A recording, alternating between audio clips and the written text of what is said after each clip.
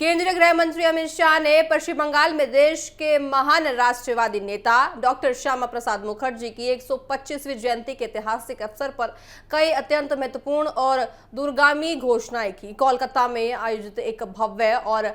समारोह को संबोधित करते हुए गृह मंत्री ने राज्य की सुरक्षा, नागरिकता और कानून व्यवस्था को लेकर केंद्र और राज्य की भाजपा सरकार के इरादों को पूरी तरह साफ कर दिया है। इस कार्यक्रम के दौरान उन्होंने पश्चिम बंगाल में समान नागरिक संहिता यानी यूसीसी को धरातल पर उतारने के लिए एक विशेष कमेटी के गठन का भी आधिकारिक ऐलान कर दिया है। इसी के साथ ही उन्होंने नागरिकता संशोधन कानून के तहत पात्र शरणार्थियों को बेहद कम समय में नागरिकता देने की प्रक्रिया को और तेज करने का बड़ा आश्वासन भी दे दिया है। आपको बताएं कि जब बीजेपी सरकार नहीं बनी थी, जब घोषणा पत्र बीजेपी सरकार का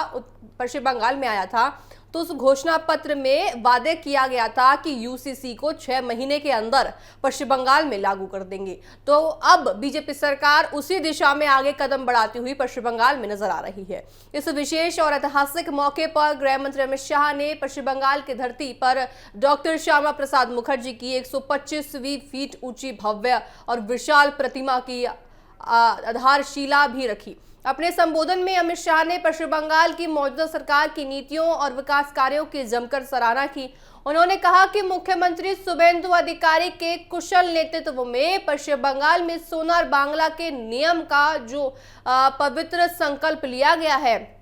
अब वो देश से साकार रूप से और ज्यादा बढ़ता हुआ नजर आ रहा है। उन्हें वर्तमान राज्य सरकार के कामकाज को डॉक्टर प्रमुख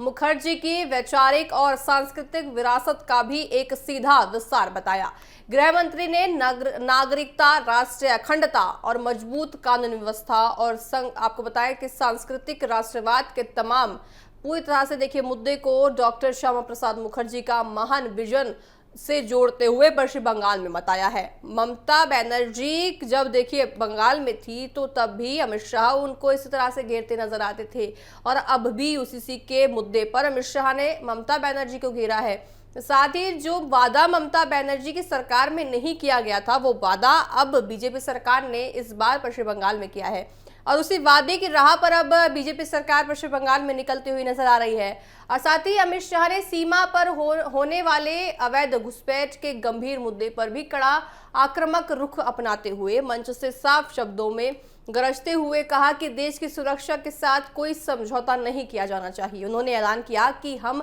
पश्चिम बंगाल की धरती से हर एक अवैध घुसपैठिए की बारीकी से पहचान करेंगे और उन्हें देश से बाहर का रास्ता दिखाएंगे और देश की सीमाओं को पूरी तरह से सुरक्षित और साथ ही एक सुरक्षित मार्ग की तरह ले जाते हुए नजर आएंगे। गृह मंत्री ने राज्य की जनता को भरोसा दिलाते हुए ये साफ कहा है कि बंगाल चुनाव के दौरान भारतीय जनता पार्टी ने अपने संकल्प पत्र में यानी घोषणा पत्र में जो भी बड़े वादे किए थे, सरकार उन्हें एक एक करके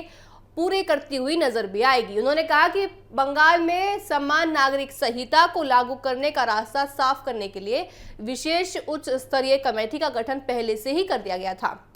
इसके अलावा सीमावर्ती इलाकों में अवैध घुसपैठियों को चिन्हित करने और उनके खिलाफ सख्त कानूनी एक्शन लेने की जमीनी प्रक्रिया को भी पूरी तरह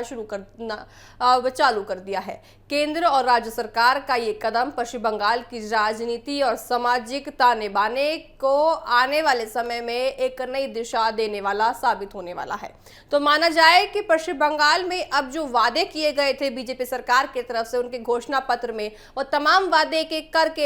करके पूरी तरह से चिन्हित करके पश्चिम बंगाल में उन वादों को पूरा करा जा रहा है। तो जनता ने जो वादों की तरह से देखिए एक टकटकी लगाए पश्चिम बंगाल की जनता बीजेपी सरकार की तरफ देख रही थी, अब उस उम्मीद को कहीं ना कहीं बीजेपी सरकार धरातल पर उतारती हुई पश्चिम बंगाल में नजर आ रही है।